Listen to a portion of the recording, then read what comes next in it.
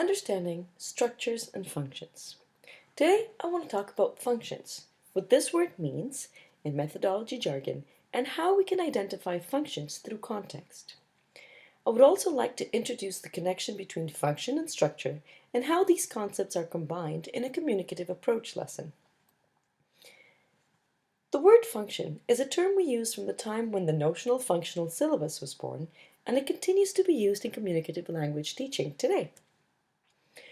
When we say something, we say it to communicate a particular thought to our listeners or readers. Everything we say conveys a meaning. Every single sentence, and sometimes even a single word, has a function. Even a word like yes, with following intonation, expresses detachment, lack of interest, non-involvement. Or on the contrary, a word like tea, with rising intonation, may mean an offering. Now, why do we need to understand the concept of functions and exponents as English teachers? Well, when we teach grammar communicatively, we teach our students how to express what they want to say, how to combine words, to express their intentions. When we understand that language is used to communicate, and that in order to communicate we need to use a specific combination of words, we realize that this concept can even be introduced on the first day of a beginner class. The important part of communicative language teaching is that we can teach our students to communicate right from the beginning by presenting the target language through context. We do not need to teach English using the student's native language, as in the grammar translation method, for example. And we do not need to get the students to memorize sentences as other grammatically oriented methods do. For example, let's imagine that the following dialogue is on the first page of a textbook. Hello, my name is Suzanne. What's your name? Hi, I'm Harumi. Hi, Harumi. Nice to meet you. Nice to meet you too. Where are you from? I'm from Japan. Now, this example dialogue has particular functions within it. So what do you think the functions of these particular sentences are? Let's do a quick review. We have hello, hi, nice to meet you, and nice to meet you too. All of these are greetings. You will be teaching your students how to greet someone for the first time informally or neutrally.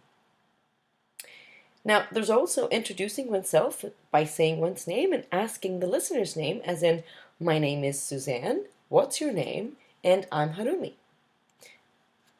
And finally, you will continue teaching asking and answering about origin with the question, where are you from? And the answer, I'm from Japan. So as you can see, you have all the exponents and all the functions present here. Now, let's look at the grammar. What is the grammar involved in these exponents, in these sentences? Well, the verb to be in the present form, as in my name is Suzanne, what is your name, and I am Harumi, and also the preposition from, when asking and talking about origin, are the two main grammatical points in this little dialogue. So you will be teaching the following structures: subject plus the verb to be in one of its forms plus the name, what plus the verb to be plus noun, where plus the verb to be plus some sort of subject plus the preposition from, and finally a subject, the verb to be, the preposition from, and then the country of origin. These would be the structures.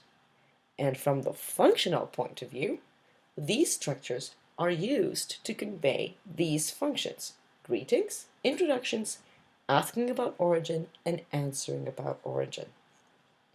Now, let's see some other examples of functions and how they're connected to specific grammatical structures.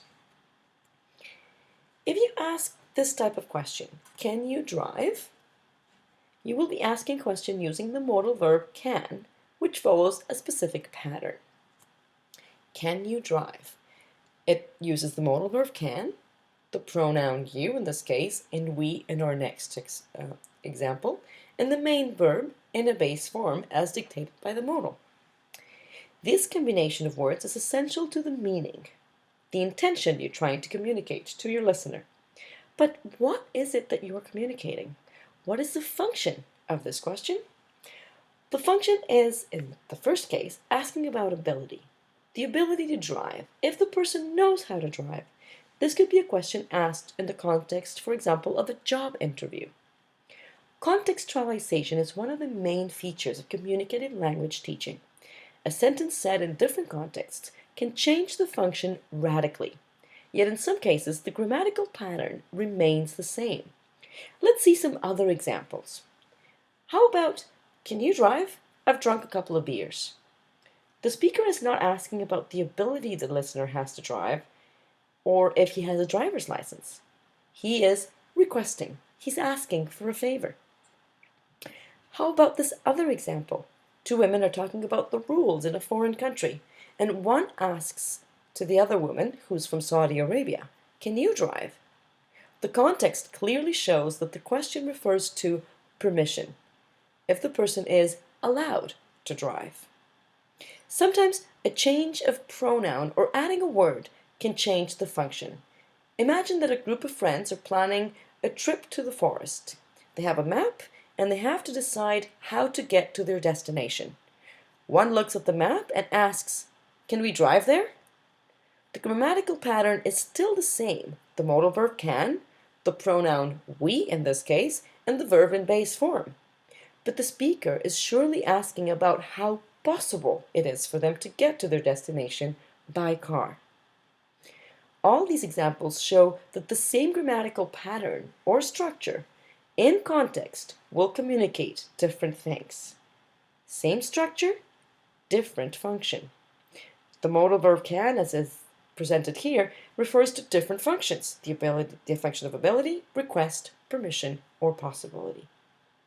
When choosing a grammar topic to teach, make sure that you can identify the pattern or structure and the function so that you can create a good context, a situation to present the grammar topic as communicatively as possible.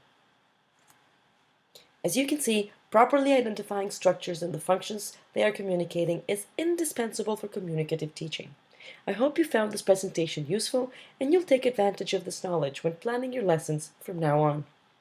Thank you for joining us, and remember to visit on TESOL's YouTube channel for more free video tutorials.